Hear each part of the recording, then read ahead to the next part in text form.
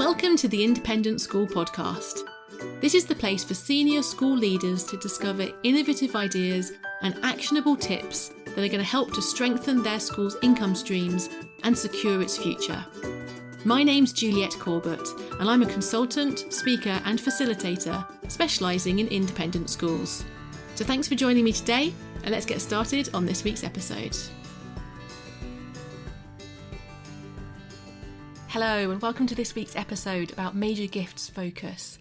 Now, just before we kick off on that subject, I've got a couple of really quick podcast announcements to make. First of all, one of the things we talk about quite a bit on this podcast is strategic trial and error. And I've mentioned before that during this COVID-19 pandemic, it's a really good time to actually try things out that are new to you. When I started this podcast, it was one of my strategic trial and errors for my business. And it's really gone well. I've really enjoyed doing it. The feedback I've had is fantastic. The number of people who've listened is brilliant. I think it's really helping people. So I just wanted to say thank you so much for listening in and joining me with this on this journey, if you like. One of the things that's going to be changing from this point on is I'm hoping you're going to notice a lot better audio quality, something I've been working on and I'm going to be slowly improving over the coming months as well. So thank you for listening and thank you for your continued help in spreading the word about the Independent School Podcast. The other thing I wanted to say was we've obviously been focusing on fundraising a lot recently. And this is to coincide with the reopening of my fundraising focus programme, which is kicking off again from September 2020. As we move into the summer, things change a little bit. Summer is always a little bit different, and this summer is going to be quite unusual, but I'm imagining that our routines generally are going to be changing a little bit over the summer. So what I'm going to be doing is I'm going to be doing 5 or 6 much shorter episodes each week over the summer. And we're going to be focusing on strategy. So they're going to be called the strategy briefings. They'll be coming out Thursdays as normal. And we'll be going to be cutting through the strategy jargon that people often associate with this subject. It's one of my passions. I'm really hoping you'll join me on this journey. And yeah, I'm really looking forward to it. And then from September, we'll be returning to our usual mixture of guests and conversations about all the different independent school income streams. Okay, so let's kick off this week's topic. I wanted to talk about Major Gifts fundraising. Now, quite often I work with schools where they're doing some Major Gifts fundraising, but it's not necessarily as front and centre as I recommend it should be for an independent school. Now, this is something that came up during the IDPE live virtual conference a couple of weeks ago, and it's also something that I've posted on LinkedIn about. And I've had a really interesting comments and really good feedback on the idea of covering this topic in the podcast. And so we're going to be talking about a couple of different things today. First of all, why focusing on major gifts is important in the first place. And then I'm going to talk about overcoming 4 of the barriers which I think people experience, and the feedback from LinkedIn shows that people do definitely experience in trying to make this one of their focuses. So it's about not making assumptions, building an understanding from your senior leadership, getting the right systems in place, and then making time for it on a day-to-day basis.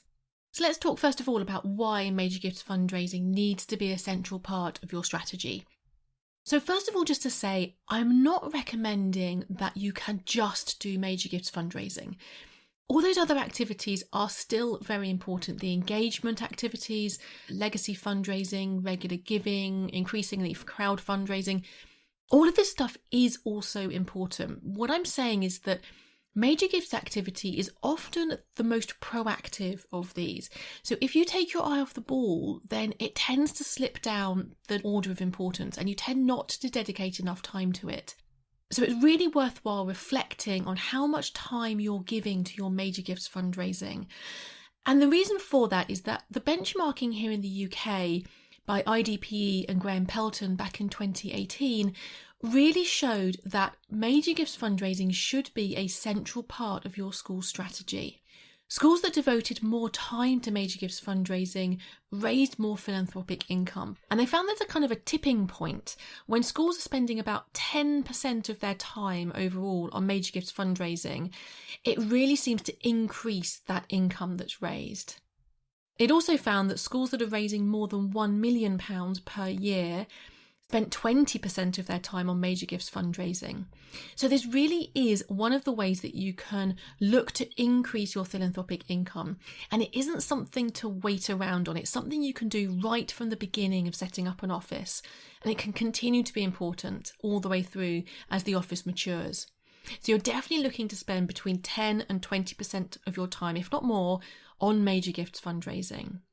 And without making a conscious effort to do this, the work often gets left behind. You get distracted by all of the other things where you're having to be reactive to deadlines for publications, to deadlines for events work, to all of those little emails that clog up our email every single day. Major gifts work is quite proactive. You have to have the discipline to really put it front and centre. And it's also really important during the recovery from COVID-19. Major gifts can be one of the first things that you start focusing on again, because you can get individual feedback from potential donors and then use that information to inform the rest of your fundraising programme. Okay, so having established that major gifts fundraising should be a key element of what you're doing as a school fundraiser, we're going to think about the first barrier that gets in the way of that. So I think the first thing that often gets in the way is people making assumptions which are often false and just haven't been fact-checked. So things like people saying, well, no one in my school community is rich, it's fine for other schools, but major gifts isn't really for us.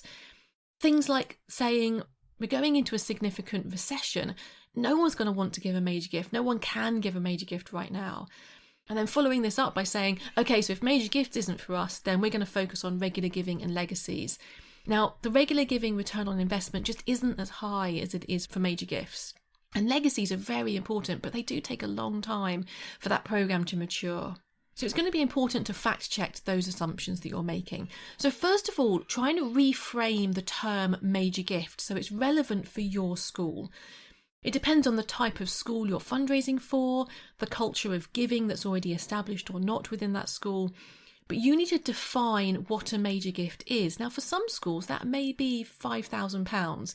It may be £2,500 to begin with. For other schools, it's going to be more like £50,000 as being the lower end of what you determine as being a major gift. Whatever it is, frame it for your school and for your environment. And then you need to undertake a feasibility study to test those assumptions. Now, this doesn't need to be an expensive external consultancy-led study. It can be something that you do internally. But it is important to have some kind of structure around those conversations. Do contact me if you're interested in ways that we can work together on this. I do offer coaching for directors of development who want to do feasibility studies internally, or indeed flexible approaches to a smaller scale, cost-efficient external feasibility study. It's also important that you do this with your adapted case for support. So we spoke about this in episode 9. Do check that out if you're looking for advice on how to adapt your case for support. So the feasibility study will give you a sense of whether there are people within your community who have the capacity and the willingness to support your fundraising project, and at what level. So after you've done your feasibility study, or indeed potentially instead of it, you want to test the waters. So you want to speak to some of your major gift prospects, some people who are already warm, maybe they're previous donors, maybe they're not, but they're quite close to the school and they're part of the school's life already. Make a gentle ask and just see what the response is. You're just testing out to see whether or not there is willingness and capacity within your school community for this type of giving, this type of major gifts. It's quite similar to the informal market research episode I did a couple of episodes ago. So if you want to see links to that, if you head to www.consultjuliet.co.uk/011, you'll find the episode notes for this episode, and I'll link to some of the other ones that are relevant. So you really need to check the assumptions that you're making and make sure you're not shying away from major gifts fundraising for unsubstantiated reasons. So the next barrier I wanted to talk about is a lack of understanding from senior leadership. And the LinkedIn comments, which I got when I posted about the fact I was preparing this episode, really did focus on this particular barrier. They felt that there was a lack of understanding and commitment from leadership. Firstly, that it takes time to develop major gifts pipeline. And secondly, that it takes an investment in staffing resources in order to develop the depth of relationships that are necessary. Now, Developing an understanding from your senior leadership for fundraising is really important. To what extent they're involved in the actual fundraising may indeed depend on the personalities and capabilities of those senior leaders, but getting their support is absolutely essential. So I have mentioned this in a couple of other episodes recently, which I'm going to refer you to. So if you head to the episode notes for this week's episode, and in there I've referred you to a couple of other episodes. Episode 7, where I talk about getting your head on board during COVID-19 for fundraising. And also episode 3, which is directly aimed at heads and bursars in order to educate them and to understand the importance of investment for fundraising. So do head over there if you want some more information on overcoming that particular barrier. This is also one of the things that I focus on in one of the masterclasses for my fundraising focus program. So if you're interested in talking about that, just get in touch. The next barrier that I think gets in the way of people spending enough time on major gifts fundraising is having the systems in place that are necessary to be as efficient as possible in this area. So if you're only going to have a short amount of time each week to dedicate to this, you want to make sure it is as efficient as possible. So examples of the sorts of major gift systems I'm talking about, firstly, it's making sure that your database is providing you with the data storage and reporting that makes managing that donor pipeline as efficient as possible. So each stage that people go through, from identification through cultivation, asking, and then stewardship, needs to be recorded within your database, and you need to be able to pull reports in order to assess how many people are at each stage, how long it takes to move people through that pipeline, and to what extent that is successful for you in terms of resulting in gifts. Now, the most sophisticated way of doing this is through a moves management system, which can be built into your database. And moves management is all about having a system in place to ensure that you're proactively building relationships with people over time. Now, these relationships need to be personal. So the way that you correspond with people and the way you talk to them needs to be really one-to-one and feel really personalised.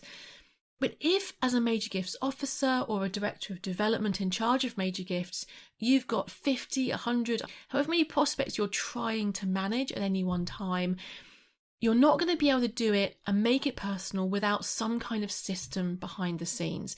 So examples of this might include, for example, having your database prompt you when it's someone's birthday coming up so that you can send them a thoughtful note card wishing them a happy birthday. Things like having the database prompt you when you might want to include a covering note over your magazine before it goes out to a particular donor, perhaps highlighting a particular article within that magazine that you think, based on your conversations previously, you might think they are particularly interested in. It might be a bit more proactive. Again, it might be inviting people to tea with the head. Of course, that's going to be virtual at the moment, but hopefully we'll be seeing each other face to face again at some point in the future. Offering them a tour of the school, again, either virtually or in person. You can actually plot out the opportunities that you have to develop these relationships in advance and then select the ideas which are most appropriate for individual donors. So it's about balancing having a system behind the scenes with still making it really, really personal. The other thing you want to do in terms of major gift systems is have in place any policies that you require in advance. So a gift acceptance policy, a donor recognition policy, ethical fundraising policy, whatever it is that you need. Obviously, this is all based on the regulatory environment within your own country. It's something which, having got in place, will guide your fundraising for years. It's not something you need to spend time on over and over again, but it is a fantastic investment of time at the beginning to make sure you have all of this in place before you're going out and really talking to people. And the advantage of having these systems in place is it makes you more efficient, so you can handle more major gifts prospects. It makes the system more reliable. You're not going to forget to keep a promise that you've made to a prospect if your database is helping to remind you of that action that you may need to take in 1 or 2 months' time. And it also reduces the effect of staff turnover. Now, staff turnover is a major problem in major gifts fundraising because the relationships you're building are so personal. But given that we do sometimes have staff turnover, having a system in place means that at least you're not going to drop the ball on certain procedural issues, certain promises you've made to donors, even if you are having to work again from scratch on developing that personal connection with a potential donor. So it's all beneficial in prompting that proactive work, which is absolutely essential for putting major gifts at the centre of your fundraising programme. So the final barrier I want to talk about today is making time for this major gifts activity. And this is something I talk about so much. Every time I'm speaking on the subject of strategy or strategic thinking skills, it comes down to a lack of time and prioritising this activity. Each time I'm speaking to a school and a client about making time for major gifts fundraising, it's carving out time in their diary, which is one of the major stumbling blocks. In fact, I was going to be giving a talk on it at the IDPE annual conference this year, which unfortunately didn't go ahead. But this is something that comes up time and time again. Now, I'm going to give you some top tips now. It's going to be very, very brief. And I'm going to do another full episode on this in the autumn. I'm hoping to track down an expert on time management and efficiency to speak to about this topic because it really is central. So a couple of ideas for now. First of all, that work that you've done in communicating to others about why major gifts is important comes back in again here. If you've done that communication piece and people understand this is important, it makes it much easier to say no to things that are going to distract you from this core activity. It also makes it easier to block time in your diary and justify that to others, both on your team or perhaps more senior than you. Blocking a time of day that works for you. We all have different body clocks. Some of us work best in the morning, others in the afternoon. Clearly, it also needs to be a time of day when you're going to be most able to get in touch with prospects. Having the confidence to just turn off your email. You do not need to be tethered to your email for your entire working day. So turning off that distraction can help you to really focus on an activity of strategic importance. And give yourself a length of time which is enough to get into the flow of this kind of work. Sometimes having the confidence to pick up the phone to a potential donor, for some people that can take a bit of guts. It can take a bit of working up to.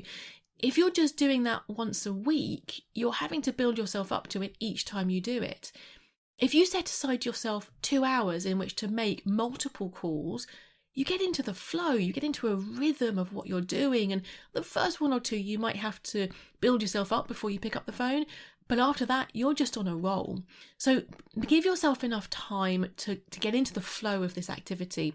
And this is all something, again, which we talk about in the Fundraising Focus Programme. And it was great recently to hear some fantastic feedback. Someone in my Fundraising Focus Programme at the end of the last programme told me that they had started not checking emails first thing in the morning, but spending that first hour of their day focusing on something really important for their major gifts activity.